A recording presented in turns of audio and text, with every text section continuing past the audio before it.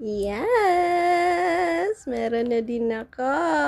Amirat Al-Arab. Ayan. Ganda ng box. Velvet, oh. See? Yan, nasira ko kasi yan kagabi.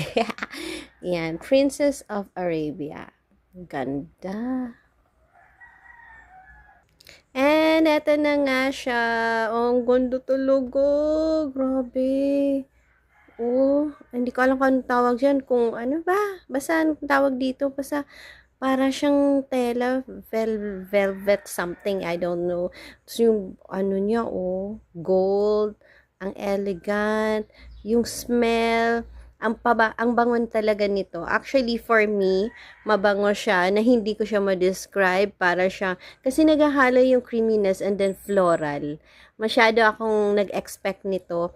But hindi naman siya ganun ka super tapang. Ina-expect ko na super tapang talaga siya. Pero hindi.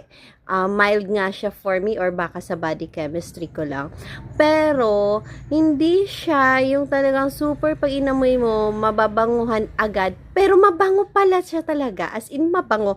Kaya sabi ko, napaka, ano nito eh. Ano mo, hindi ko talaga ma-describe. Pero nagugustuhan ko siya. One thing, meron akong naamoy din na may something sweetness, coconutty, pero hindi ganun ka, hindi ganun ka tapang yung pagka-coconut. Kasi mas more on floral. Basta halong-halo talaga yung pagka-floral, sweet and creaminess nito, pero more on floral. Pero, pag during na inaamoy ko siya, inaamoy ko sa sarili ko, nakaka-addict siya.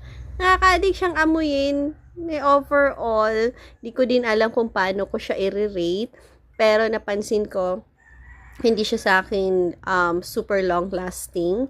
Although it's oil base. Ewan ko, baka ako lang yun.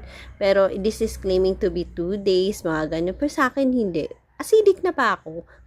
Acidic na ba ako masyado? Pero I can wear this. Pwede mo siyang, pwede mo siyang test or i-wear during daytime. And I am so happy na meron na din talaga ako nitong perfume, Dubai perfume na to. Ganda. Ganda talaga siya. Grabe, akala ko talaga yan, Princess of Arabia.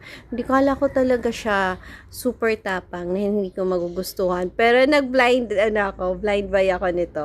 Grabe, pinag-ipunan ko din to, Ganda talaga. Manghihinayang kang itapon ng bottle. Pero, worth it. Ganda. Promise.